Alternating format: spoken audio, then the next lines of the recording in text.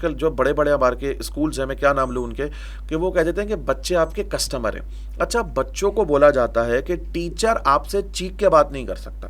ये बच्चे की खराबी है, स्कूल की खराबी है, या टीचर में वीकनेस है? यहाँ ट्यूशन की ज़रूरत क्यों है? मतलब हाँ, क्यों, जब एक स्कूल पढ़ लिया, एक फ़ीस दे दी, स्कूल का एक पूरा करिकुलम फॉलो कर लिया, यूनिफॉर्म, बैग, ये वो सारी चीज़ें, फिर हमें एक ट्यूशन की ज़रूरत क्यों पड़ रही देखिए, अब बच्चे के जहन में जब एक बात डाल दी कि मैं टीचर को जॉब से निकलवा सकता हूं, तो आप मुझे बताएं उस टीचर की क्या रिस्पेक्ट रह जाएगी।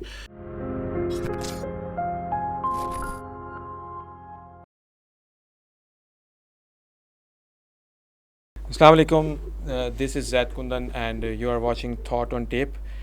आज नई एपिसोड के साथ मैं हाज़िर हूँ, और कि हमारी कोशिश होती है कि अच्छे से अच्छा कंटेंट आपके लिए प्रोड्यूस करें। तो उसके लिए मेरे साथ मौजूद हैं सर अली रज़ा। सर अली रज़ा जो है वो टाइटन कॉलेज के डायरेक्टर हैं और ग्रेविटी इंस्टीट्यूट को भी रन करते हैं। सर अली रज़ा जो है वो फेमस टीचर भी हैं, अकाउंट्स एंड फाइनेंस के OA लेवल्स के टीचर हैं। Sir, thank you very much for your time, welcome to the show. तालीम, एजुकेशन और फैकल्टी, टीचिंग, इम्प्रूवमेंट, ये सारा आपका एरिया है, राइट? पाकिस्तान में तालीमी निज़ाम का एक अलग ही सीन है। पाकिस्तान में लिटरेसी रेट का भी एक अलग ही सीन है, बाकी दुनिया से बिल्कुल अलग है। तो जबकि आप एक इंस्टीट्यूशन रन कर रहे हैं, ग्रेविटी और दूसरा जो है, तो आपको कैसा लगता है पाकिस्तान में तालीम के मैदान में इम्प्रूवमेंट हो रही है? देखिए, अस्सलाम वालेकुम, थैंक्स फॉर हैविंग मी। सबसे पहले तो देखें, इशू ये है कि अब जब मैं ONA लेवल्स पढ़ा रहा हूँ, तो ONA levels is a British education system, Cambridge तो यूनिवर्सिटी। कैम्ब्रिज यूनिवर्सिटी से लिंक है। तो अब मैं खुद ही अपने कंट्री में रह के, अपने सिटी में रह के जो एजुकेशन स्टैंडर्ड बच्चों को दे रहा हूँ, वो अपना तो नहीं दे रहा ना, वो लोकल नहीं दे रहा, मैं उनको फॉरेन दे रहा हूँ।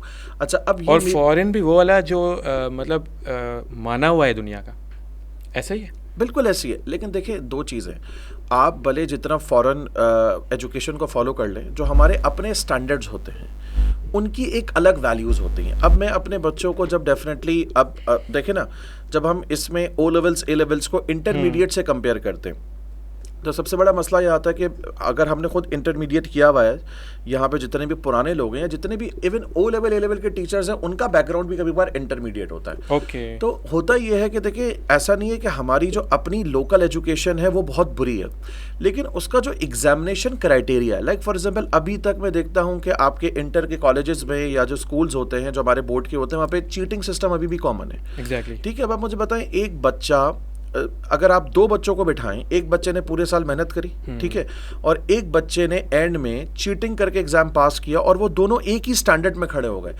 तो ये एजुकेशन सिस्टम को फिर मैं कैसे फॉरेन एजुकेशन से कंपेयर कर सकता हूँ? यानी कि अगर आप मुझसे पूछें और मेरा गिरबान पकड़ें कि भाई आप पाकिस्तानी, ठीक है, आपने पाकिस्तान में ही पढ़ा, पाकिस्तान की एजुकेशन पढ़ी, प्रमोट आप कर रहे हैं फॉरेन एजुकेशन को, तो मैं सवाल करूंगा उन इदारों से, जो आप मुझे बताइए ना कि मैं कैसे इसकी क्रेडिबिलिटी को कैसे अच्छा करूं।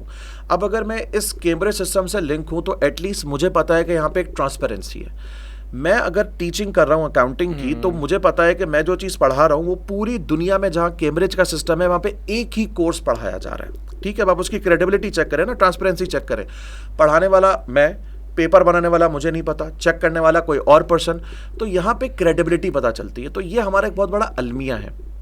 अब हम प्रमोट तो कर रहे हैं, हमारे बच्चे डेफिनेटली अच्छे ग्रेजुएट्स तो बन रहे हैं, लेकिन कहीं ना कहीं वो जो पाकिस्तान की एजुकेशन है वो काफ़ी हद तक पीछे जा रही है। कॉम्पिटेंसी लेवल वो डेवलप नहीं हो रहा है बिकॉज ऑफ एग्जामिनेशन ट्रांसपेरेंसी, जो हमारी लोकल एजुकेशन, जो लोकल बिल्कुल ऐसी है। उससे तो हम, आपके कहने का मतलब है कि कंपेरेबल नहीं है? बिल्कुल नहीं है, सवाल ही नहीं पैदा हो सकता, किसी एक चीज़ में कंपैरिजन नहीं है। अगर आप इंटरमीडिएट और मैट्रिकुलेशन के कोर्स देखेंगे तो वो कोर्स तो अप टू दी स्टैंडर्ड है, लेकिन आपने इतनी चॉइसेस पैदा कर दी। ठीक है, आप मुझे बताएं ना कि अगर कोई एक, जैसे इंटरमीडिएट के अंदर कोई टॉपिक है प्रोबेबिलिटी के नाम से, जो बहुत इंपॉर्टेंट टॉपिक है, वो बच्चा चॉइस में छोड़ के जा सकता है, तो एक इतना इंपॉर्टेंट टॉपिक छोड़ के, चॉइस में छोड़ के वो आगे चला गया, अब वो जाके प्रैक्टिकल लाइफ में क्या मैथमेटिक्स, और उसने पहले से सोचा हुआ है कि ये एग्जाम में चॉइस में आएगा तो मैंने पढ़ना ही नहीं है, मैंने छोड़ देना है। बिल्कुल ऐसी है। तो मतलब right from the learning time से ही उसने पढ़ा ही नहीं, और फिर 5 ईयर सिस्टम। अब आप मुझे बताएं दुनिया कहाँ से कहाँ पहुंच गई है, दुनिया प्रैक्टिकल लर्निंग और इम्पोर्टेंट सवालात उन्हीं को याद कर लेना, उन्हीं को, फिर एंड में कुछ इंपॉर्टेंट लोगों के गेस्ट पेपर्स लगना। अब आप मुझे बताएं, गेस्ट पेपर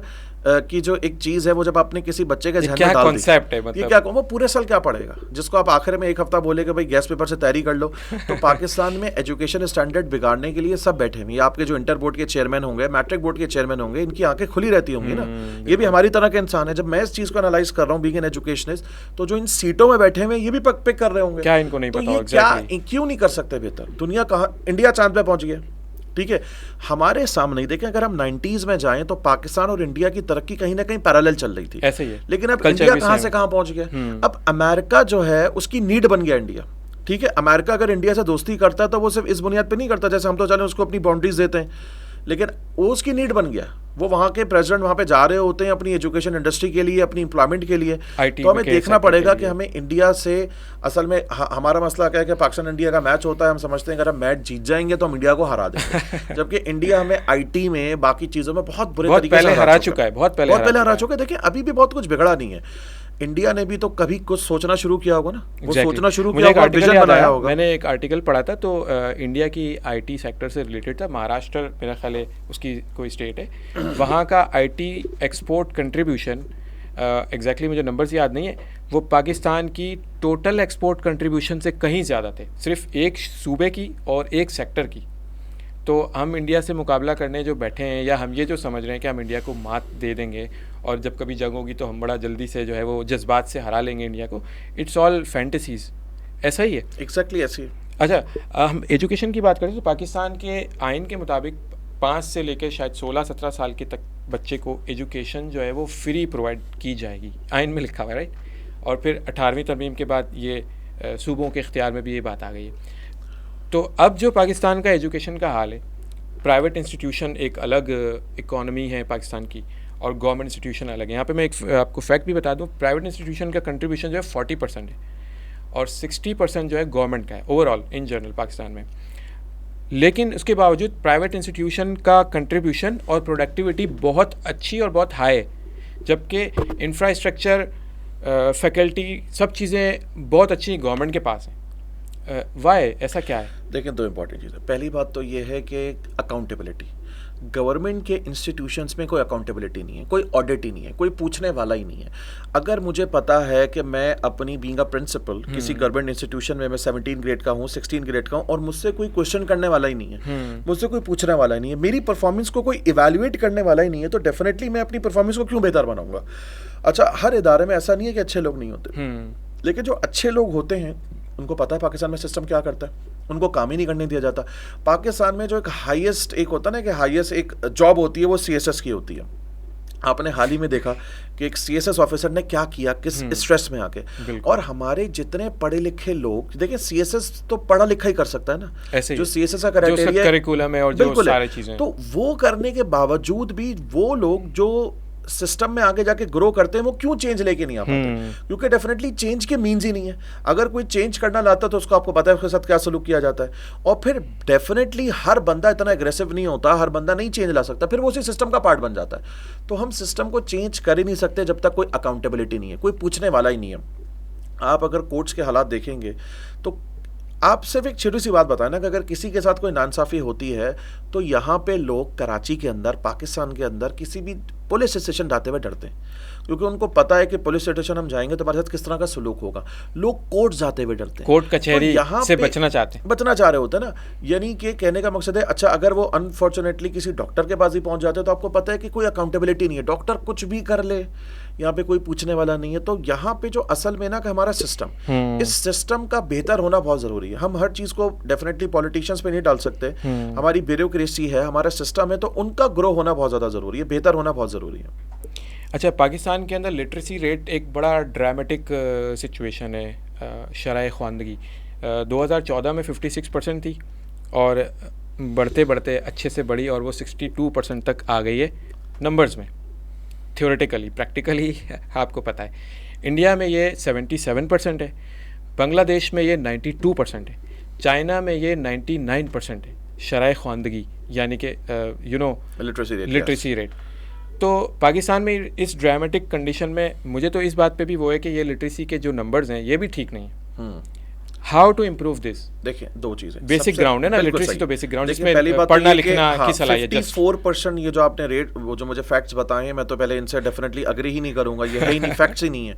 खैर जिस बेस पे भी ये फैक्ट्स बनाए हुए हैं, भले गूगल बाबा ने बनाए हुए, जिसने भी बनाए नहीं, पाकिस्तान ब्यूरो ऑफ स्टेट्स के फैक्ट्स है, मतलब गवर्नमेंट के इदारे के, गवर्नमेंट के इदारे के फैक्ट्स हैं। चलें, अच्छा अब इसमें दो बातें देखिए। सबसे बड़ी इंपॉर्टेंट चीज़ ये है कि एक आपका वो बच्चा जिसने एक नॉर्मल मैट्रिकुलेशन किया या ओ लेवल्स किया, इंटरमीडिएट किया, ग्रेजुएशन किया, आप उसको मार्केट में दे क्या रहे हैं, ठीक है? वो आपका आजकल मैं खुद देख रहा होता हूँ, क्वालिफाइड चार्टर्ड अकाउंटेंट्स, एनईडी के इंजीनियर्स, पीएचडी वाले। मैं आपको बताऊं, मैं क्योंकि खुद एंटरप्रेन्योर हूं, तो मैं अगर किसी जॉब के बारे में एक रिक्वायरमेंट डालता हूं, तो अगर एक मैं फ्रंट डेस्क ऑफिसर के लिए भी मांगता हूं, तो मेरे पास मास्टर्स लेवल तक की सीवीज आ रही होती है, बिल्कुल आ रही होती हैं। ये नहीं कि अनएम्प्लॉयमेंट की कंडीशन ये तो आप मुझे बताइए ना कि अब एक स्टूडेंट जब मार्केट में देखेगा, अच्छा टाइम सोशल मीडिया का, ठीक है, सोशल मीडिया पे, अच्छा अब जो टाइम चल रहा है उसमें सोशल मीडिया पे आप कोई भी एक्ट करके रातों रात पॉपुलर हो जाते हैं। तो हमारे भी जो बच्चे हैं, जो स्टूडेंट है ना, हर बंदे को ईजी अर्निंग की आदत होती है। हम कोई हार्ड वर्कर पैदा ही नहीं कर रहे, हम कोई ऐसे लोग जो रिसर्च काम करें। देखिए हम अपने बच्चों में क्या चीज़ दिखा रहे हैं कि भाई तुमने बस एक पैसा देखना है और उस पैसे के पीछे भागना है। देखिए अगर पैसा कमाना कोई बुरी चीज़ नहीं है, पैसा कोई बहुत सब कुछ नहीं है, बहुत कुछ है लेकिन सब कुछ नहीं है। तो अगर मुझे सब कुछ हासिल करना है तो पैसे के अलावा भी कुछ चीज़ों के पीछे मुझे भागना पड़ेगा। तो अब प्रॉब्लम यह है कि आप जब अच्छा फिर क्या होता है कि भाई फॉर एग्जांपल अगर हम देख रहे होते हैं कि एक एनईडी का इंजीनियर, एक चार्टर्ड अकाउंटेंट, एक नॉर्मल अगर 50, 80, 90,000 की जॉब कर रहा है, और वो जॉब एक नॉर्मल लाइक फॉर एग्जांपल अगर मैं 2-3 साल किसी भी जगह पे जॉब करूं मैट्रिक इंटर करने के बाद, और मुझे उतने ही पैसे मिल जाते हैं। जैसे अगर मैं एक छोटी सी एग्जांपल दूं, अभी एक एमबीबीएस जो है वो एक कितनी एक प्रोसेस के बाद एक एमबीबीएस डॉक्टर बनता है। प्रोसेस है। अच्छा फिर उसके बाद उसको वो हाउस जॉब करनी है, हाउस जॉब करने के बाद उसको स्पेशलाइजेशन करनी है, but what we are paying to our doctors. Exactly, आप अपने डॉक्टर्स को, इतनी हाईली रेटेड जॉब है, ठीक है, पाकिस्तान की क्रीम कहा जाता है, क्रीम जॉब है। और वाकई में डॉक्टर्स, आप अगर उनका पूरा प्रोसेस देख लें तो बहुत ही क्रिटिकल प्रोसेस है और बहुत ही मुश्किल चीज़ है। लेकिन उसके बाद तो असल में प्रॉब्लम यही है कि हम जो अपने बच्चों का पढ़ने का रुझान कम कर रहे हैं, वो इसी वजह से कर रहे हैं कि जो हमारे पढ़े लिखे लोग हैं, जब उनको देखते हैं कि मार्केट में उनकी कोई वैल्यू ही नहीं है, चाहे वो मॉनेटरी हो,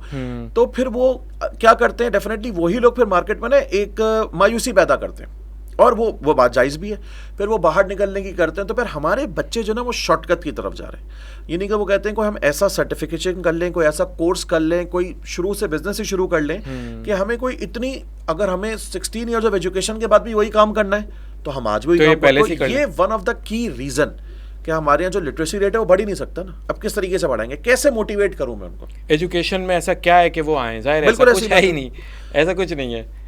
अच्छा, being an educationist and faculty lead, आपने देखा है कि टीचर का बड़ा कंट्रीब्यूशन है स्टूडेंट की लाइफ में। अगर एजुकेशन सेक्टर के अंदर देखा जाए तो टीचर के वो कौन से शॉर्ट कमिंग्स हैं या ड्रॉबैक्स हैं जो कि आजकल के टीचर में एग्जिस्ट करते हैं और वो नहीं होने चाहिए? बिकॉज जब बच्चे पढ़ के निकलते हैं ना, तो समहाउ उनको कहीं ना कहीं ये फील होता है कि यार ये चीज़ मुझे नहीं आती है, और वो इंटरनली ब्लेम कर रहा होता है अपने टीचर को कि यार उन्होंने मुझे सही नहीं पढ़ाया। तो यहाँ पे टीचर का बहुत बड़ा रोल है जो कि हाईलाइट होता है उसकी पूरी लाइफ में। अगर अच्छा पढ़ा दिया तो भी याद रहता है, कोई चीज़ कोई कॉन्सेप्ट अच्छे से क्लियर कर दिया तो हमेशा याद रहता है। आपको भी याद होगा, मुझे भी अपने टीचर्स याद हैं कि यार ये चीज़ उनसे पढ़ी हुई, आज भी उनकी शक्ल नाम मेरे जहन में है। और अगर उसने कोई उसकी तरफ से कोई चीज़ रह गई, हम तो यही इल्ज़ाम देंगे, एक स्टूडेंट तो ये देगा टीचर ने अच्छा नहीं पढ़ाया। तो उसको मैं चाहता हूँ कि आप फैकल्टी को हाईलाइट करें वो इशू। देखिए पहले मैं जब टीचिंग प्रोफेशन पर हूँ, देखिए टीचिंग जो प्रोफेशन है ना वो दो चीज़ों की वजह से आता है। एक तो आप कोई भी प्रोफेशन जब सेलेक्ट करते हो तो वो उसका आपको शौक होता है। तो अगर कोई शौकिया टीचर बनता है ना, तो देखिए अब डिपेंड करता है कि वो शौक कब तक प्रिवेल करता है। सही है। अब अगर फॉर एग्जांपल मैंने कोई शौक के लिए चीज़ शुरू करी, मैं 1-2 साल के बाद थक गया और उसके बाद मैंने कहा नहीं यार अब टीचिंग तो हो गई है, बस अब मुझे तो एंजॉय करना था, ठीक है, एक तो वो टीचर बन गए। अच्छा दूसरे टीचर क्या बने कि भाई कुछ नहीं बने। तो पाकिस्तान में कोई टीचर को आइडेंटिफाई करने का, सेलेक्ट करने का कोई क्राइटेरिया तो है नहीं, कोई बेंचमार्क नहीं जिसको कुछ कर नहीं करना, चलो भाई आप टीचिंग शुरू कर दो, ठीक है। जस्ट लाइक रियल एस्टेट, जिसको कोई बिजनेस नहीं समझ आता, जिसको कोई जॉब नहीं मिलती, वो रियल एस्टेट कर सकते हैं। इसी तरह टीचिंग में भी आपने एक रेलेवेंट जो है वो नॉलेज ली और आप टीचर बन गए। अब सबसे बड़ा प्रॉब्लम ये कि देखें, अब आप अपने प्रोफेशन के साथ कितना सिंसियर हो। मैंने खुद अपनी लाइफ में कुछ ऐसे टीचर्स को भी देखा कि जो मॉनेटरी रिवॉर्ड की तरफ नहीं, देखें एक है मॉनेटरी रिवॉर्ड, एक है नॉन मॉनेटरी रिवॉर्ड। अगर आप मुझसे पूछेंगे बीइंग अ टीचर, जब मेरी सैलरी आती है तो शायद उससे ज़्यादा खुशी मुझे उस वक्त होती है जब मेरे बच्चे का रिजल्ट आता है, अच्छा रिजल्ट मुझे कहता है अच्छा रिजल्ट आता है, जब अच्छा देखिए रिजल्ट कोई सा भी है, लेकिन वो मुझे वो उस रिजल्ट को वो कहता है कि भाई ये सर आपकी वजह से, चाहे A स्टार आ रहा है, A आ रहा है, B आ रहा है, C आ रहा है। देखिए जरूरी तो नहीं है कि हर बच्चे का A स्टार आएगा, तो नहीं आएगा। अगर वो ये कहता है कि सर ये C भी आया और ये C भी आपकी वजह से आ गया, वरना मैं C के भी लायक नहीं था, तो मेरे लिए तो ये सबसे बड़ी मोटिवेशन होती है और ये बहुत बड़ा इंट्रिंसिक रिवॉर्ड है उस फैकल्टी के लिए, टीचर के लिए। तो कहने का मकसद ये है कि टीचर्स को ये सोचना चाहिए कि देखें उनको आने वाला फ्यूचर रेडी करना है। सिर्फ इस बुनियाद पे, अच्छा देखें दो प्रॉब्लम्स होती हैं हमारी टीचिंग्स में भी। अगर देखें तो प्राइवेट सेक्टर में जो स्कूल्स हैं ना, उसमें टीचर्स की सैलरीज बहुत कम है, ठीक है। जो लेडी टीचर्स स्पेशली होती हैं, जो 6-7 क्लास की होती है, मैं देख रहा होता हूँ कि बहुत ही कम उनको मॉनेटरी रिवॉर्ड मिल रहा है। अच्छा उसमें आप टीचर से कैसे एक्सपेक्ट कर सकते हो? अनफॉर्चुनेटली मैं वर्ड यूज़ कर रहा हूँ कि गधों की तरह काम करवाया जाता है, फिर उनको घर में भी कितना काम करने, तो वो टीचर नहीं बनते, फिर क्वालिटी आएगी कहाँ से? हाँ, क्योंकि देखिए टीचिंग वो चीज़ होती है, अगर मैं क्लास में खड़ा हूँ, जो भी टीचर होंगे मेरी इस बात से एग्री करेंगे, अगर मैं क्लास में खड़ा हुआ हूँ और मेरा फोकस ही क्लास में नहीं है, तो यकीन करें मैं बच्चों के सामने खड़ा हुआ तो फिजिकली हूँ, लेकिन मेरा माइंड अगर कहीं और है तो मैं टीचिंग में पता नहीं क्या बोल दूँ। तो असल में क्या होता है कि टीचर का माइंड बहुत ज़्यादा शार्प होना ज़रूरी है। अगर वो अपने घर के मसले, अपने स्कूल के मसले, अपने कॉलेज के मसले लेके क्लास में खड़ा हुआ है, तो ही और शी कैन नॉट बी पे बहुत वो टीचिंग कर ही नहीं सकता ना। वो सिर्फ एक तोतों की तरह, जिस तरीके से एक आपने कोई टेप चला दिया, वो दादा बोल के बस निकल जाएगा और वो एक फॉर्मेलिटी हो गई ना, बच्चे ने कुछ सीखा। लेकिन टीचिंग ये होती है कि जब डेफिनेटली एक टीचर क्लास लेने आया, भले वो आधे घंटे के लिए आ रहा है, 1 घंटे के लिए आ रहा है, तो बच्चों को एटलीस्ट कुछ तो सिखा के जाए। क्वालिटी कंटेंट 1 घंटे के बाद अगर बच्चा देखें, मैं हमेशा टीचर से भी ये कहता हूँ, बच्चों से भी ये कहता हूँ कि आप ना अपने प्रोफेशन को एक पैशन बनाओ, ठीक है। अगर फॉर एग्जांपल मेरी क्लास 1 घंटे की और मैं हर थोड़ी देर में घड़ी देख रहा हूँ कि कब 1 घंटा खत्म होगा, टीचर्स भी देखते हैं और बच्चे भी देखते हैं, तो I am not a good teacher, और वो स्टूडेंट भी आपकी टीचिंग को एंजॉय नहीं कर रहा। कब 1 घंटा गुजर गया और बेल बजने पे मुझे पता चला कि भाई मेरा तो यूनिट भी खत्म हो गया, तो इसका मतलब है कि मैं अपने प्रोफेशन को एंजॉय कर रहा हूँ, मैं सिंसियर हूँ, इस वक्त प्रोडक्टिविटी आ रही है, इसका मतलब ये है। बिल्कुल ऐसे ही। और देखें कभी बार ऐसा भी होता है कि अब टीचर अपने बच्चों, जो अपने ज़ाती बच्चे होते हैं, उनके लिए तो बड़ा बड़ा कंसर्न होता है कि यार मेरे बच्चे पता नहीं क्या करने लग जाएं। लेकिन टीचर का जो काम है ना, वो है दूसरे के बच्चों को ट्रेन करना। ये कुदरत का निज़ाम है, आपको अल्लाह ताला ने दूसरे बच्चों की किस्मत बनाने के लिए चुना है, तो आप अगर उनकी किस्मत बेहतर करोगे तो आप यकीन करिए कुदरत का निज़ाम है, आपके बच्चे को अच्छे टीचर मिलेंगे। आप किसी और के बच्चे को पढ़ा रहे हो तो यकीनन अल्लाह ताला आपके बच्चों को किसी और से अच्छा पढ़वा रहा होगा, तो ये भी कर्मा फैक्टर है। बिल्कुल सही, ऐसी है। तो ऐसा नहीं है, मैंने कुछ टीचर्स को अनफॉर्चुनेटली ऐसा भी देखा है, अल्लाह करे कि आज मेरी ये बात सुनने के बाद वो ऐसा ना करे, कि वो अपने बच्चों के बारे में तो बड़े कंसर्न होते हैं कि मुझे इसका ये वो, और जब दूसरे का बच्चा आपको, तो उस पर वो कंसर्न नहीं है। तो देखें फिर तो टेट फॉर टैट वाली कहानी होगी ना, फिर आप दूसरे के बच्चों के साथ बुरा करोगे तो खुद बुरा होगा आपके साथ। सही। अच्छा, टीचर की रिस्पेक्ट भी आजकल बड़ा कंसर्न है बच्चों की तरफ से और पेरेंट्स की तरफ से।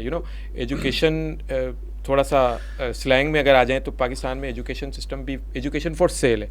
Education is like a commodity, कोई सर्विस नहीं है, कोई नोबल कॉज। अब मतलब कहने को तो है, लेकिन प्रैक्टिकल ऐसा नहीं है।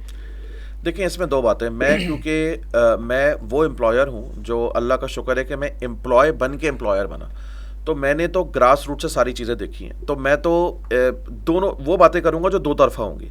मतलब मैं तो बिल्कुल एक मिडल मैन हूँ, ठीक है। अच्छा, अब देखें होता ये है कि पहली बात तो ये कि टीचिंग में रिस्पेक्ट ही सबसे बड़ी चीज़ होती है। कोई टीचर बहुत ज़्यादा अर्निंग तो नहीं कर रहे होते ना, कुछ कर रहे होंगे लेकिन सब तो नहीं कर रहे होते, इतनी भी नहीं होती। अगर मैंने किसी स्टूडेंट को पढ़ाया और उसने मुझे सर बोला, एक बात कह रहा हूँ, तो 40 साल के बाद भी अगर मुझे मिलेगा तो मुझे सर ही बोलेगा। तो आप देखें ना कि रिस्पेक्ट का एलिमेंट आगे तक जा रहा है, एक ट्रैवलिंग है और लॉन्ग लाइफ है, बिल्कुल ऐसी है। अच्छा, अब उसमें 2 चीज़ें देखिए।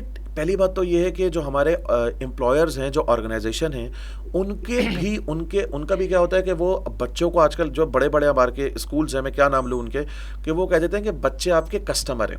अच्छा, बच्चों को बोला जाता है कि टीचर आपसे चीख के बात नहीं कर सकता, ठीक है। हमारे ज़माने में क्या होता था, टीचर को जो है वो मतलब मुलाजिमों वाला इफेक्ट बच्चों की तरफ से भी मिल रहा है, एम्प्लॉयर की तरफ से समथिंग एल्स। अगर आपने कुछ हमारे जो लीडिंग स्कूल्स हैं उनमें जीरो टॉलरेंस, अच्छा जीरो टॉलरेंस क्या है कि टीचर ने बच्चे से पे हाथ उठाए तो टीचर को निकाल देंगे। अच्छा वही बच्चा जब किसी दूसरे बच्चे को मारता है ना तो उसमें जीरो टॉलरेंस नहीं है, वो मसला नहीं है, वो तो कस्टमर आता है। अब बच्चे के जहन में जब एक बात डाल दी कि मैं टीचर को जॉब से निकलवा सकता हूं, तो आप मुझे बताएं उस टीचर की क्या रिस्पेक्ट रह जाएगी।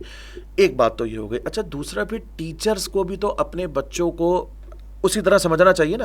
अगर हदीस में देखें, ये कोई छोटी चीज नहीं है कि जब हदीस में मेरे नबी ने कह दिया कि जो तुम्हारा उस्ताद है वो तुम्हारा बाप है, बिल्कुल रूहानी बाप, तो बस फिर तो बात ही खत्म हो गई ना, उनसे उन्हीं के लिए दुनिया बनाई गई। और हज़रत अली का भी एक कॉल है कि जिसने मुझे एक चीज़ सिखाई वो मेरे लिए उस्ताद का मर्तबा है, मफ़हूम ये समथिंग लाइक। तो मतलब इस्लाम में तो इसका बड़ा टीचर का बड़ा एक इम्पॉर्टेंट रिस्पेक्ट है और एक रोल है। बट समहाउ प्रोफेशनल लाइफ में पाकिस्तान की, बल्कि कमर्शियल लाइफ में टीचर जो है वो एक मुलाजिम बिल्कुल ऐसी हो गया, बिल्कुल ऐसी चीज़ हो गई। और ये बड़ा अनफॉर्चुनेट है। देखिए रिस्पेक्ट का एलिमेंट तो सिर्फ टीचिंग से नहीं गया ना, हर चीज़ से ही चला गया। अब मुझे बताएं सलाम करने का कल्चर खत्म हो गया। अब हम जब शाम में कभी बार क्रिकेट खेल रहे होते थे और हमारे कोई बुजुर्ग, कोई महल्ले का बड़ा सामने से जा रहा होता था तो हम रुक के उनको सलाम करते थे। थोड़ा दिल में वो डर सा एक बिल्कुल आता था कि यार रुक जाओ ये जा रहे हैं। अब आप मुझे बताएं ये कौन सा कल्चर है? टांग पे टांग रख के हम कभी किसी बड़े के सामने बैठ सकते थे? नेवर। तो इसमें एक सोशल मीडिया का भी बहुत है। फिर दूसरा ये है कि देखिए पेरेंट्स ने अपने बच्चों को अभी टाइम देना बहुत कम कर दिया। सबसे बड़ा इसमें मसला आपको पता है कि मोबाइल यूजेज का। अब मोबाइल यूजेज तो देखें पहले ही होता था कि जब हमारे पेरेंट्स थे ना वो बच्चों को बड़ा डांटते थे, अनफॉर्चुनेटली बच्चों को बड़ा डांटते थे कि तुम मोबाइल यूज़ करते हो। अब मैं क्या देख रहा हूँ घरों के अंदर कि उन्हीं पेरेंट्स ने जब वो सेलफोन यूज़ करना शुरू किया तो वो बच्चों से ज़्यादा यूज़ कर रहे हैं। उन्होंने अपने ड्रामे तो कोई ना, मतलब ये जो सेलफोन है ना ये किसी भी नस्ल को किसी न तरह एंगेज कर देता है, चाहे वो अम्मी हो, दादी हो, किसी भी एज में हो वो एंगेज हो जाते हैं। खत्म, ये आपने उसके हाथ में दिया। तो अब मसला ये कि देखें हम दूसरों को बताते तो बहुत है, पॉजिटिव है, नेगेटिव यूज़ है, काम भी आपके सेलफोन से सारे निकल रहे होते हैं, लेकिन कहीं ना कहीं हमने इसकी यूजेज को लिमिट करना पड़ेगा। ऐसे ही सही है। और यहीं से बहुत सारी बुराइयां भी फायदे भी बहुत है तो उसके नुकसानात, और वो नुकसानात बड़े ट्रांसफर हो रहे हैं। और हम ऐसी कौम है कि हम फायदे की तरफ कम ही हमारा वो है और हम नुकसानात वाली चीज़ों में ज़्यादा हैं। ऐसा है। एक एजुकेशन सिस्टम पाकिस्तान में काम कर रहा है कि आप जिसको लीड कर रहे हैं, कैम्ब्रिज एजुकेशन सिस्टम, एक स्कूल है और स्कूल के बाद मज़ीद पढ़ाई की ज़रूरत आ जाती है हमें ट्यूशन सिस्टम के तहत। अब ये ट्यूशन सिस्टम इतना कभी कभार सोसाइटीज़ में इतना इम्पॉर्टेंट हो जाता है कि स्कूल से ज़्यादा कंट्रीब्यूट ट्यूशन सिस्टम को करना पड़ता है। ये बच्चे की ख़राबी है, स्कूल की ख़राबी है, या टीचर में वीकनेस है? यहाँ ट्यूशन की ज़रूरत क्यों है? मतलब क्यों जब एक स्कूल पढ़ लिया, एक फ़ीस दे दी, स्कूल का एक पूरा करिकुलम फॉलो कर लिया, यूनिफॉर्म, बैग, ये वो सारी चीज़ें, फिर हमें एक ट्यूशन की ज़रूरत क्यों पड़ रही है? पहली बात तो करते हैं गवर्नमेंट स्कूल्स की। तो गवर्नमेंट स्कूल्स में तो आप छोड़ देना कि आपको पता है कैसा एजुकेशन सिस्टम। हाँ, राइट फ्रॉम द अटेंडेंस से लेकर सारी चीज़ें हमें पता है। तो उस पर तो कोई आर्गूमेंट ही नहीं है। अब आप आ जाए प्राइवेट सेक्टर की तरफ। देखिए प्राइवेट सेक्टर में दो तरह के स्कूल्स हैं। एक डेफिनेटली थोड़े से मीडियोकर टाइप के स्कूल्स हैं जहाँ पे इतने कोई टीचर्स भी ट्रेंड नहीं है, ठीक है, वो सिर्फ एक सीटीआर सिस्टम वहाँ पे बैठा हुआ है कि भाई हमें तो इतना प्रॉफिट कमाना है, टीचर्स बजट्स बने हुए, बजटेड, बिल्कुल, एक टीचर को 4 सब्जेक्ट के लिए रख लिया तो डेफिनेटली वहाँ तो बच्चे का कहीं ना कहीं ट्यूशन लेना बनता भी। अब आ जाए अच्छे स्कूल्स। देखिए अच्छे स्कूल्स में डिपेंड कर रहा होता है कि आप स्कूल का कल्चर कैसा बना रहे हो, ठीक है। अगर स्कूल का कल्चर पढ़ने वाला होगा, मैं ना टीचर की बात कर रहा हूँ ना मैं बच्चे की बात कर रहा हूँ, मैं स्कूल के कल्चर की बात कर रहा हूँ। मैं जिम्मेदार करार दूंगा स्कूल के कल्चर को जो स्कूल की प्रिंसिपल ने बनाया है या स्कूल के सिस्टम ने बनाया है, स्कूल की लीडिंग या मैनेजमेंट। बिल्कुल बिल्कुल, वो जो कल्चर बना के रखते हैं वो कल्चर डिसाइड करता है कि बच्चे ने ट्यूशन लेना है कि नहीं लेना। अब आप मैं आपको कुछ 4-5 लीडिंग स्कूल्स का नाम दे सकता हूँ जहां पे पढ़ाने का कल्चर ही नहीं है, ठीक है। 50,000 वहां की मंथली फीस होगी, 25,000 भी है, 40,000 भी, लेकिन वहां पे टीचिंग का कल्चर ही नहीं है, ठीक है। वहां पे बच्चा आता है for the purpose of socialization, ठीक है। बच्चा जब घुसता है तो बच्चे को इतनी सारी चीजें तो उसको एंजॉय करने के लिए दे दी जाती हैं। वो क्लास में जा रहा है, क्लास में नहीं जा रहा, बंक कर रहा है, अच्छा क्लास में जा भी रहा है तो कर क्या रहा है, ना उनको प्रिंसिपल पूछने वाली है ना उनकी एचएम पूछने वाली है, बच्चा वहाँ पे सिर्फ फन के लिए जा रहा है। तो डेफिनेटली उसमें अगर कोई बच्चा पढ़ने वाला भी आ रहा है ना तो उसको भी इन्वायरमेंट ऐसा मिल रहा है कि वो पढ़ाई से बहुत जल्दी दूर हो जाना है। बिल्कुल, 30 बच्चे क्लास में बैठे हैं, 20 बच्चे बाहर एंजॉय कर रहे हैं, तो 10 बच्चे जो बैठे हुए होंगे ऑटोमेटिकली वो बोलेंगे ठीक है भाई हम भी जाके एंजॉय करते हैं। तो यहाँ से ट्यूशन कल्चर जनरेट हो जाता है। तो डिपेंड करता है कि आपने स्कूल का कल्चर कैसा। एक एवरेज टीचर भी, मैं अच्छे टीचर की बात भी नहीं कर रहा, अगर उसको डिसिप्लिन मिलेगा तो वो भी एक बहुत अच्छी टीचिंग कर सकता है, जबकि वो है एक एवरेज टीचर, कोई बहुत अच्छा टीचर नहीं है। ठीक है, लेकिन डिपेंड कर रहा है डिसिप्लिन। आपके एजुकेशन इंस्टीट्यूट्स में जब से डिसिप्लिन खत्म हुआ है, तो जब डिसिप्लिन खत्म हो गया तो तालीम का कोई मेयार ही नहीं है ना। मैं एक बीइंग अ टीचर अगर पढ़ा रहा हूँ और बाहर से अगर कोई बच्चा हुटिंग करता हुआ चला जाता है, तो मुझे तो आपने डिस्ट्रैक्ट कर दिया। अच्छा, मुझे क्या डिस्ट्रैक्ट किया आपने? पूरी क्लास को। तो मैंने एक मोमेंटम बनाया, वो मोमेंटम ही टूट गया। अब मेरे अंदर भी एक मोटिवेशन नहीं, चले मैं तो बीइंग अ टीचर मोटिवेशन ले आया, लेकिन मैं 30 बच्चों के अंदर दोबारा कैसे मोटिवेशन लेकर आऊं? एग्जैक्टली। तो this is basically the main root cause कि अच्छा, इसमें कोई देखें, पेरेंट तो बच्चे को ये नहीं कहते होंगे कि भाई तुम जाओ। घर जाके फोर्स कौन करता है पेरेंट को? मुझे ट्यूशन लेनी है, बच्चा। भाई पेरेंट थोड़ी जबरदस्ती, अगर मैं 20-30 हज़ार रुपए किसी एक अच्छे स्कूल की फीस पे कर रहा हूँ, तो मेरा क्यों दिल चाहेगा बीइंग अ पेरेंट कि मैं 20,000 रुपए मजीद ट्यूशन की दूं? वो तो बच्चा घर पे जाके पेरेंट के पीछे लगता है। और बच्चा क्यों पीछे लगता है? बिकॉज अब एग्जाम करीब, उसको ये डर होता है कि अब तो मैं गया, फेल हो जाऊंगा, सो अब मुझे ट्यूशन लेनी पड़ेगी। तो वो कोई ना कोई रीजन बता के, कि कोई ना कोई एक्सक्यूज करके वो ट्यूशन की तरफ जाता है। अच्छा, आपने बात की डिसिप्लिन की। Discipline is an important factor in of any education institute, right? बच्चों के लिए और टीचर की तरफ से। मैं अब ये डिसिप्लिन कहाँ से आएगा? ये टीचर का मतलब मैंडेट है, स्कूल का मैंडेट है, स्कूल मैनेजमेंट का मैंडेट है, या इसमें बच्चों का भी रोल है? देखें, ये एक मल्टी फैक्टर इशू है। देखिए, मैं आपको बताऊं, डिसिप्लिन जो है ना, वो हमेशा पॉलिसी से ही आता है। अगर हमारा एक इंस्टीट्यूशन है, उसमें डिसिप्लिन है, तो वही बंदा जब किसी और जॉब में जाता है, तो क्योंकि वो एक डिसिप्लिन के सिस्टम से रहकर आया होता है, तो वहाँ जाके भी पूरी कोशिश करता है कि एक डिसिप्लिन हो। तो डिसिप्लिन एक इंस्टीट्यूशन का नाम है, डिसिप्लिन किसी एक जात का नाम नहीं है। फॉर एग्जांपल, अगर एक स्कूल में एक अच्छा टीचर डिसिप्लिन है, एक और 9 टीचर डिसिप्लिन नहीं है, तो वो टीचर कब तक रहेगा? एक ना एक दिन तो उसने जॉब छोड़नी है। तो असल में क्या होता है, ये डिसिप्लिन किसी भी इंडिविजुअल का काम नहीं होता, क्योंकि देखिए, इंडिविजुअल ने तो आना है और चले जाना है, लेकिन सिस्टम ने प्रिवेल करना है। तो असल में डिसिप्लिन होना चाहिए पूरे सिस्टम के अंदर। अगर सिस्टम के अंदर डिसिप्लिन होगा, तो डेफिनेटली वहाँ पे प्रिंसिपल हो, वहाँ पे टीचर हो, वहाँ पे स्टूडेंट हो, सब उस डिसिप्लिन को फॉलो करेंगे। और डिसिप्लिन आपने बताया कि वो आएगा पॉलिसीज से, पॉलिसीज रिफ्लेक्ट करेंगे डिसिप्लिन को, और ये स्कूल मैनेजमेंट का काम है, ऑफ कोर्स। अच्छा, पाकिस्तान में बहुत सारे स्कूल्स हैं, प्राइवेट भी हैं, सेमी प्राइवेट भी हैं, NGO बेस्ड भी हैं, और गवर्नमेंट के स्कूल्स भी हैं। यहाँ ये आपकी बात से मुझे एक आइडिया हुआ कि हर स्कूल का और हर इंस्टीट्यूशन का डिसिप्लिन अलग अलग है, मतलब यूनिक लेवल है डिसिप्लिन का। अच्छा, इसके साथ ही हम चलते हैं आगे। एजुकेशन के अंदर बहुत गैप है पाकिस्तान में। अगर हम करिकुलम में देखें, अगर हम क्या कहते हैं, रोड मैप, जो इंस्टीट्यूट का रोड मैप होता है क्लासेस का और एजुकेशन का सिलेबस जिसको हम कहते हैं, उसके अंदर भी गैप हैं, करिकुलम में भी गैप हैं, डिसिप्लिन आपने बताया गैप है, फिर जो बच्चे हैं और जो पेरेंट्स हैं उनकी तरफ से भी बहुत गैप है। So what's your up?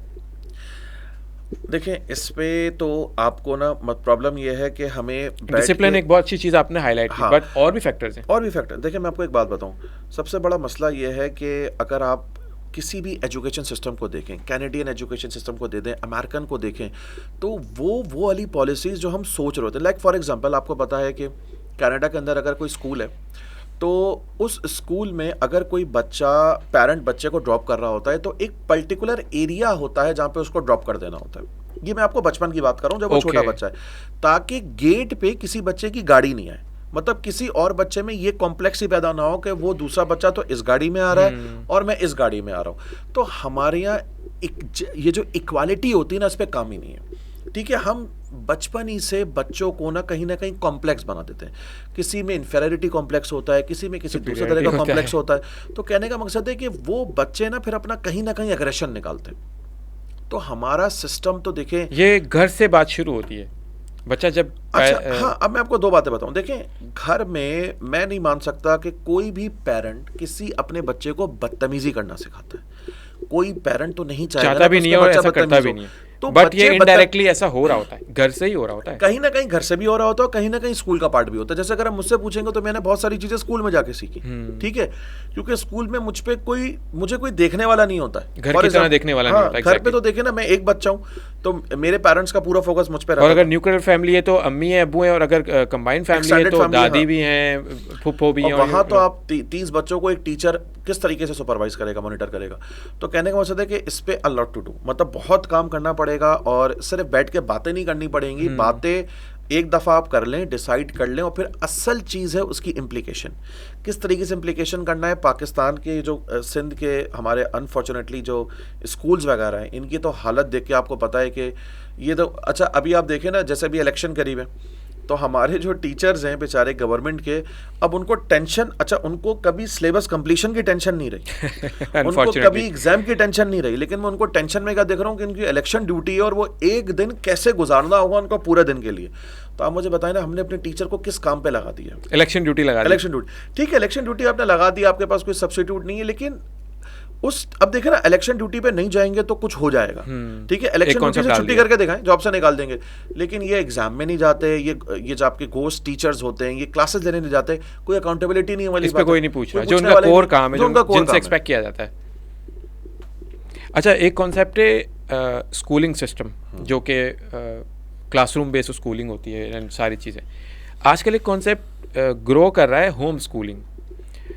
तो ये स्कूलिंग से ऐसी क्या बेजारी आ गई, या क्या ऐसे फैक्टर्स हैं कि लोग होम स्कूलिंग की तरफ बढ़ रहे हैं? देखें, इसमें दो चीज़ें।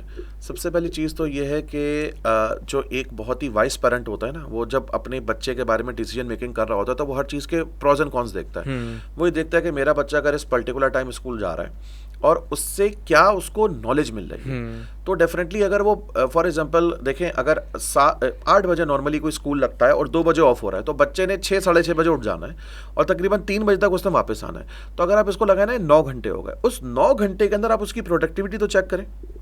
प्रोडक्टिविटी होगी कोई 2 से ढाई घंटे, और 2 से ढाई घंटे में लर्निंग कितनी है, वो इससे भी कम तो फिर बिल्कुल ही खत्म होगा। हाँ। तो अब आप मुझे बताइए ना कि अगर वही लर्निंग, वही प्रोडक्टिविटी उसको घर पे बैठे बैठे मिल जाए। जैसे देखिए ना, अगर एक बच्चा स्कूल जा रहा है, तब आप जरा सिस्टम चेक करें कि पहले उसने 3 साल वो मॉन्टेसरी वाले पढ़ने, फिर अगर वो एक नॉर्मल मैट्रिकुलेशन की तरफ जा रहा है तो उसको 10 साल वहाँ कंप्लीट करते हैं। 10 + 3 कितने हो गए? 13। After 13 years he will be able to pass the matriculation, और अदरवाइज अगर वो ओ लेवल्स कर रहा है तो उसका 1 साल और लग जाता है।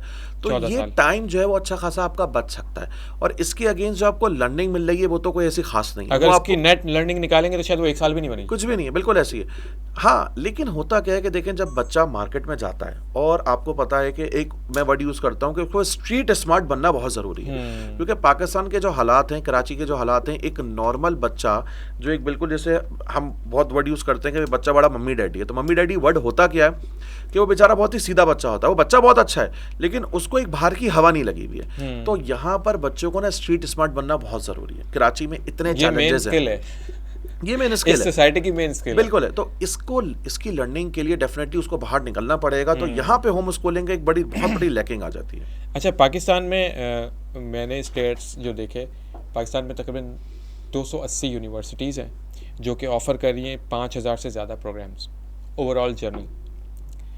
मगर पाकिस्तान का बच्चा जो यूनिवर्सिटी से निकल रहा है वो कंट्रीब्यूशन नहीं दे रहा जो इंटरनेशनल लेवल पे बाकी बच्चे दे रहे हैं। शायद इंडिया का भी बच्चा ज़्यादा दे रहा होगा। ये जो एजुकेशन सिस्टम के अंदर बहुत सारे लैक आपने हाईलाइट किए, right from the school till university PhD level तक हमारे पास एजुकेशन में बहुत लैक करती हैं चीज़ें। बट यहाँ पे मेरा जो सवाल है वो ये है कि एजुकेशन सिस्टम से प्योर लर्निंग एक्सपीरियंस जो है, जो नहीं मिल रहा, जिसके ऊपर बेतहाशा रिसोर्स पैसा लगाया है यूनिवर्सिटी ने भी, गवर्नमेंट ने भी, प्राइवेट इंस्टीट्यूशन ने भी, बट वो नहीं मिल रहा। ये जो गैप है यूनिवर्सिटी लेवल तक, वो क्या है? बच्चे का रोल है, टीचर का रोल है, यूनिवर्सिटी का रोल है, सिस्टम का रोल है, करिकुलम का रोल है, एंड जो रोड मैप होता है, कोर्स वर्क जिसको हम कहते हैं, सिलेबस का रोल है, और बहुत सारे फैक्टर्स। देखिए, मैं आपसे 2 बातें करता हूँ। सबसे पहली जो चीज़ ये है कि अगर मैं यूनिवर्सिटी से इसको स्टार्ट करूँ, तो हमारी यूनिवर्सिटी में ना ट्रांसपेरेंसी के बड़े मसले हैं। आपका वही टीचर जो आपको पढ़ा रहा है, वही पेपर बना रहा है और वही चेक कर रहा है। तो हो क्या रहा है कि अगर मैं गवर्नमेंट यूनिवर्सिटीज़ की बात करूँ ना, तो वहाँ पे तो कोई अकाउंटेबिलिटी है ही नहीं। तो वहाँ पे तो कोई टीचर को पूछने वाला नहीं। जैसे अगर मैं कराची यूनिवर्सिटी की बात करूँ या बाकी यूनिवर्सिटीज़ की बात करूँ, तो वहाँ पे मैंने देखा फेवरेटिज्म बहुत ज़्यादा है। ठीक है, हर चीज़ में अकाउंटेबिलिटी बहुत ज़रूरी है, चाहे वो कोई बंदा जिस लेवल पर भी पहुँच जाए। अच्छा, दूसरी चीज़ ये होती है कि देखिए, आप स्टैंडर्ड्स चेक करें ना, कि हम जब क्या नाम है, ये फॉरेन यूनिवर्सिटीज़ को फॉलो करना शुरू करते हैं। जैसे अगर मैं लम्स की बात करूं, IB की बात करूं, तो इनका स्टैंडर्ड तो बहुत हाई है। अच्छा, इनका स्टैंडर्ड भी हाई क्या है कि अपने बच्चों को ना बहुत एम्पावर करते हैं। ये अपने बच्चों की एकेडमिक्स पे कम और स्किल्स डेवलपमेंट पे ज़्यादा, यानी कि ये उसकी पर्सनालिटी ऐसी बनाते हैं कि जब वो कहीं भी जाता है तो उसकी इतनी स्ट्रॉन्ग कम्युनिकेशन स्किल्स होती है कि वो बहुत ही अच्छा ब्रांड मैनेजर बन जाता है, बहुत ही अच्छी मार्केटिंग शुरू कर देता है। तो इनका काम यही है, यानी कि अगर आप कभी भी IB और लम्स के बच्चों को देखेंगे ना तो इनका एकेडमिक्स इतना स्ट्रांग नहीं होगा, लेकिन इनकी कम्युनिकेशन स्किल्स इतनी स्ट्रांग होंगी कि लग रहा होगा कि पता नहीं इन्होंने 4 साल में क्या पढ़ा, बहुत कुछ पढ़ लिया। बिल्कुल ऐसी है। अच्छा, दूसरा क्या होता है कि अगर हम आ जाएं अपनी थोड़ी सी CBM, ज़ेबेस्ट, IOBM जो हो गए, जब मैं इनका कंटेंट देखता हूं तो वो एक रटी रटाई बुक्स फाइनेंस की, इकरा का नाम लेना भूल गए आप, इकरा कह लें इसकी तरफ, तो वो एक रटी रटाई बुक्स कह लें, या फिर वो एक ऐसी चीज़ जिसमें कोई इनोवेशन ही नहीं है, कोई नई चीज़ आप बच्चे को सिखाई नहीं रहे। देखिए, सबसे पहली बात तो ये है कि आप मुझे बताएं, जब आप being a professor, being a teacher कहते हैं कि बच्चा रिसर्च करे, तो सबसे ज़्यादा स्ट्रॉन्ग रिसर्च किसकी होनी चाहिए? उस टीचर की। तो वो टीचर और अगेन वो बच्चे को अकाउंटेबल कर सके। बिल्कुल, तो वो टीचर और प्रोफेसर खुद ही रिसर्च नहीं करता, अगर मैं भी बात करूं। तो जब वो खुद ही रिसर्च नहीं कर रहा तो मैं अपने बच्चे से कैसे एक्सपेक्ट कर सकता हूं कि वो जाकर रिसर्च करके मुझे कुछ बना के देगा? बिल्कुल ऐसे ही है, बिल्कुल ऐसे ही। अच्छा, आपने अभी यूनिवर्सिटीज़ को मेंशन किया। यूनिवर्सिटीज़ अगेन हमारे पास हर यूनिवर्सिटीज़ का भी अलग अलग क्राइटेरिया है, हर एक की अपनी दुनिया है, हर एक का अपना कोर्स है। HEC इसको मैनेज करने की कोशिश कर रहा है, जहाँ तक हमें पता लगता है, जितने लोगों से हम मिलते हैं। मगर यूनिवर्सिटीज़ की जो रैंकिंग है ना, ये जो आपने देखा होगा कि अगर इकरा से किया है तो बस सही है 100, अगर बैरिया से किया है तो एक्सेप्टेबल है, और अगर ज़ेबेस्ट से किया है तो भाई बहुत अच्छी यूनिवर्सिटी है, W कैटेगरी है, Y कैटेगरीज भी बनी हुई हैं, ये जो यूनिवर्सिटीज़ की रैंकिंग है एक लेवल पे नहीं है ये भी। हाँ, देखिए मैं आपको बताऊं, देखिए पहली चीज़ तो ये होती है कि अनफॉर्चुनेट जब आप किसी भी यानी कि university according to fees, according to quality, according to venue, यहाँ पे यूनिवर्सिटीज़ कैटेगराइज हो रही हैं। बिल्कुल ऐसी है। देखिए, अब इसमें 2 चीज़ें, पहली चीज़ तो ये कि जब आपको कोई भी जॉब हासिल करनी होती है ना, तो उसके लिए तो ये बहुत बड़ा मसला है कि मैं डॉन में देख रहा होता हूँ, या मैं खुद जितने भी एड्स देख रहा होता हूँ जॉब को, इसमें कुछ यूनिवर्सिटीज़ का नाम भी लिखे हुए होते हैं, कुछ यूनिवर्सिटी प्रेफरेबल भी लिखी हुई होती है। बिल्कुल, और कुछ यूनिवर्सिटीज़ के अंदर, आपकी बात में एडिशन करूँगा, यूनिवर्सिटीज़ के अंदर इंडस्ट्रीज़ की तरफ प्लेसमेंट सेंटर भी बने हुए होते हैं। बिल्कुल, कि यहाँ से इस बच्चे को जॉब, इधर से हम बच्चे उठा लेंगे। बिल्कुल, वो अपनी क्वालिटी देख लेते हैं। हाँ, लेकिन जब बच्चा जॉब करना शुरू करता है, जॉब में रिक्रूटमेंट तो हो गई, रिक्रूटमेंट के लिए तो देखें एक बहुत बड़ी चीज़ है ये कि आपका किसी अच्छी यूनिवर्सिटी में, या अगर कोई बहुत अच्छी यूनिवर्सिटी भी नहीं है तो आपकी GPA वगैरह बहुत अच्छी होनी चाहिए।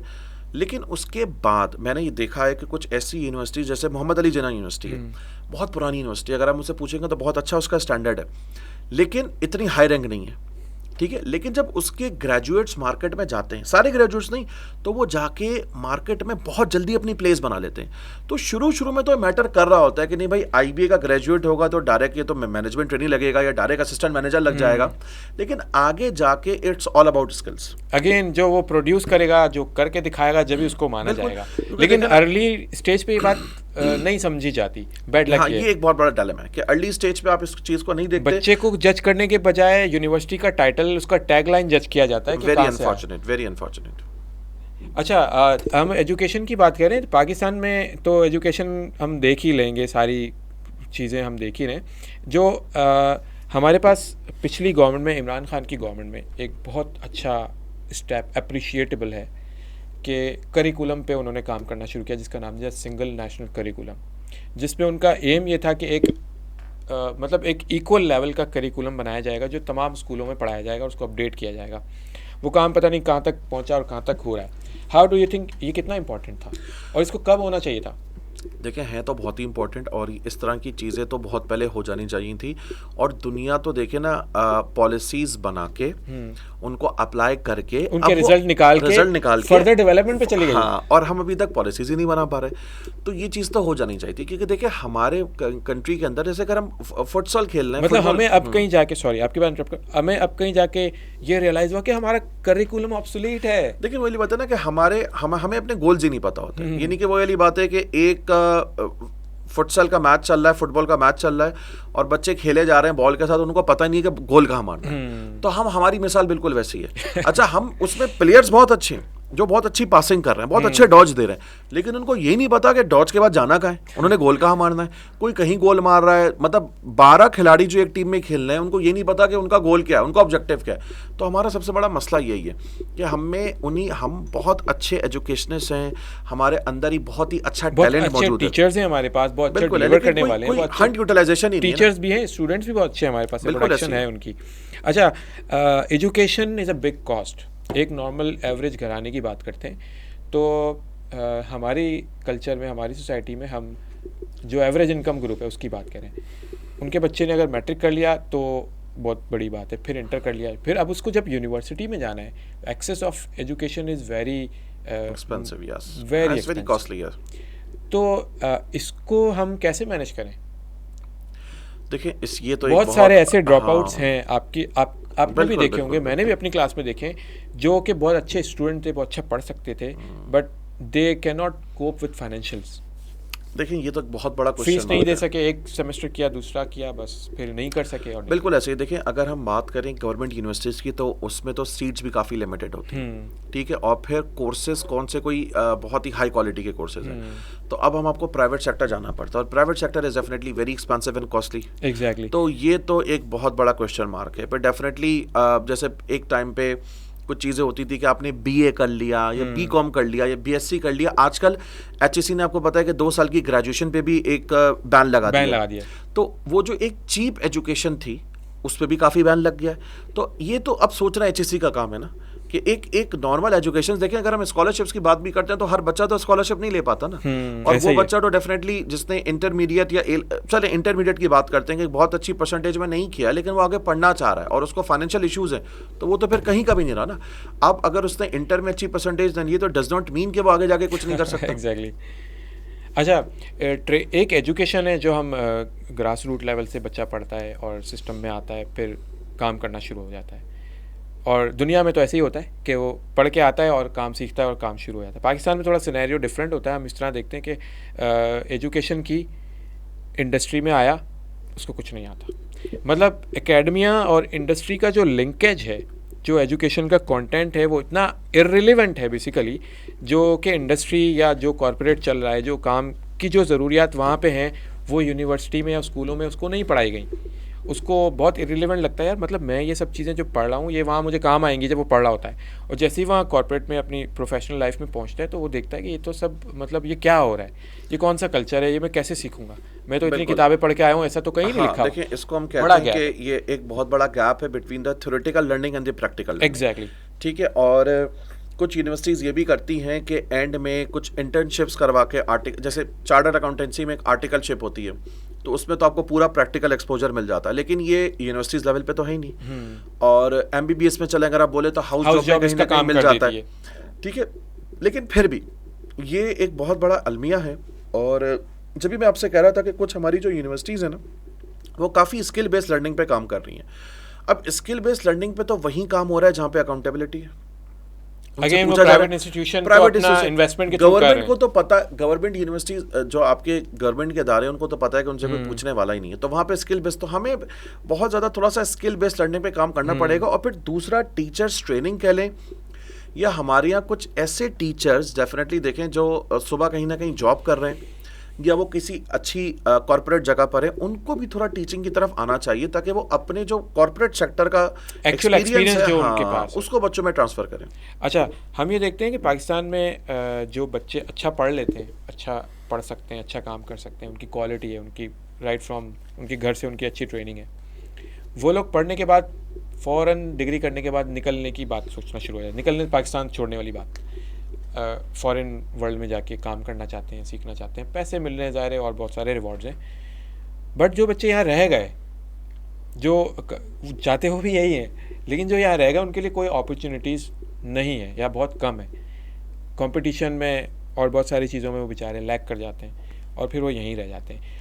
आपकी नज़र में इंस्टीट्यूशन को, फैकल्टी को क्या ऐसा डेवलप करना चाहिए कि वो बच्चा दोनों बराबर इक्वल उनको फैसिलिटीज़ समझ में आए? देखें, अब ये तो कोई फैकल्टी और किसी एजुकेशन का तो काम ही नहीं है, ये तो आपके जो डेफिनेटली पॉलिसी मेकर्स होते हैं। अगर आप मुझसे बोलेंगे कि फैकल्टी को क्या करना चाहिए डॉलर को मेंटेन करने के लिए, तो डॉलर मेंटेन करना उसका काम ही नहीं है। एग्जैक्टली। ठीक है, तो मसला ये है कि जब आपके कंट्री में ऊपर से लेके नीचे तक हर जगह पे मसाइलों का अंबार है, ठीक है, कोई एक चीज़ तो है नहीं कि जिसको हम ठीक करने बैठे, तो क्या कर सकते हैं हम? सिर्फ उसको एक कोई इमोशनली कुछ बता सकते हैं या कोई ब्लैकमेल कर सकते हैं कि भाई, या वो इश्यूज हाईलाइट कर सकते हैं जो खुद एक्सपीरियंस किए हुए हो। एग्जैक्टली, कि भाई अपने मुल्क से मोहब्बत करो तो यहाँ पे रह सकते हो, वरना तो कोई ऐसा मीन है नहीं अभी बताने का, अनफॉर्चुनेटली। अच्छा, capacity building of teaching, teachers जो हैं उनको, टीचर खुद तो बच्चों को ट्रेन कर रहे होते हैं, सिखा रहे होते हैं, कोर्स करिकुलम ये वो, बट उनकी जो टीचिंग है उनको जो डेवलप होना है, लाइक आजकल एक बहुत बड़ा इशू है, टीचर डिजिटलाइज नहीं है। जो बहुत ज़्यादा एक्सपीरियंस टीचर है, सीनियर टीचर हैं, वो डिजिटल वर्ल्ड से जो है ना बहुत दूर हैं, और ये चीज़ वाज़े नज़र आती है बच्चों को भी, और इस चीज़ पे खेल जाते हैं बच्चे, उनको घुमा देते हैं, पता भी नहीं लगता। सो टीचर्स की डेवलपमेंट, टीचर्स की ट्रेनिंग कितनी इंपॉर्टेंट है, और इस पर कोई फोकस नहीं है। देखिए, अब सबसे इम्पोर्टेंट तो चीज़ ये है कि बीइंग अ टीचर मुझे अपने आप को खुद ही डेवलप लाइक अगर एक टीचर है वो स्कूल का ले लें या टीचर यूनिवर्सिटी का या कॉलेज का ले लें, अगर वो किसी एक क्लास को या किसी एक सब्जेक्ट को पढ़ा रहा है, तो वो सालों से पढ़ाया जा रहा है, पढ़ाई, उसकी डेवलपमेंट नहीं हो रही। उसको ये बात रियलाइज शायद हो भी रही हो, लेकिन इंस्टीट्यूशन की तरफ से ये काम नहीं हो रहा। बिल्कुल ऐसे। देखिए, इसमें इसको हम कहते हैं पर्सनल डेवलपमेंट। तो पर्सनल डेवलपमेंट के लिए ऑर्गेनाइजेशन लेवल पे तो कोई काम ही नहीं है, ठीक है। ऑर्गेनाइजेशन तो बल्कि अगर कोई अच्छा टीचर होता है तो वो ये चाहती है कि अगर ये 7 या 8 क्लास को पढ़ा रहा है तो यार ये हमारे पास ही स्टक रहा है, ये अगर कहीं और चला जाएगा तो हम कहाँ से दूसरा बंदा लेकर आएंगे, ये भी तो वो तो उसकी पर्सनल डेवलपमेंट में काम नहीं करते, जो बड़ी खतरनाक चीज़ है। अच्छा, अगर आप बीइंग अ टीचर खुद बात करें तो देखें, ये एक पैशन है। अगर आप खुद चाहते हो आगे ग्रो करना तो कोई आपको रोक नहीं सकता। फॉर एग्जाम्पल, हम अगर 20-22 साल पहले चले जाएं और मुझसे अगर कोई कहता कि यार अब आपके पास हाथ में कोई ऐसी डिवाइस होगी जिसको हम स्मार्टफोन आजकल कहते हैं, कि आप बैठे बैठे करीब बुक करवाओगे, बैठे बैठे इन ड्राइव करवाओगे, बैठे बैठे फूड पांडा करवाओगे, तो शायद मैं 20 साल पहले उसका मजाक उड़ाता। बिल्कुल ऐसे लेकिन 20 साल के बाद मैं इस चीज़ को यूज़ कर रहा हूँ, नहीं कर रहा, तो हाँ, क्योंकि ये मेरी नीड बन चुकी है। तो देखिए, टीचर को भी जो इनकी जो टेक्नोलॉजिकल डेवलपमेंट है उसको अपनी नीड बनाना पड़ेगा। अगर हम उसको अपनी नीड नहीं बनाएंगे और उसको अडॉप्ट नहीं करेंगे तो ये हमारे अपने लिए ही बहुत नुकसानदेह है। Sir Ali, thank you very much for your time. It's a very very fruitful and practical discussion. I hope लोगों को समझ आएगी, और मैं ये कहूँगा लोग जो देख रहे हैं वो हमें बताएं कि हम किस तरह की चीज़ें और आपके लिए प्रोड्यूस करें। And thank you very much. Keep liking, keep sharing and keep commenting, keep subscribing. Thank you very much.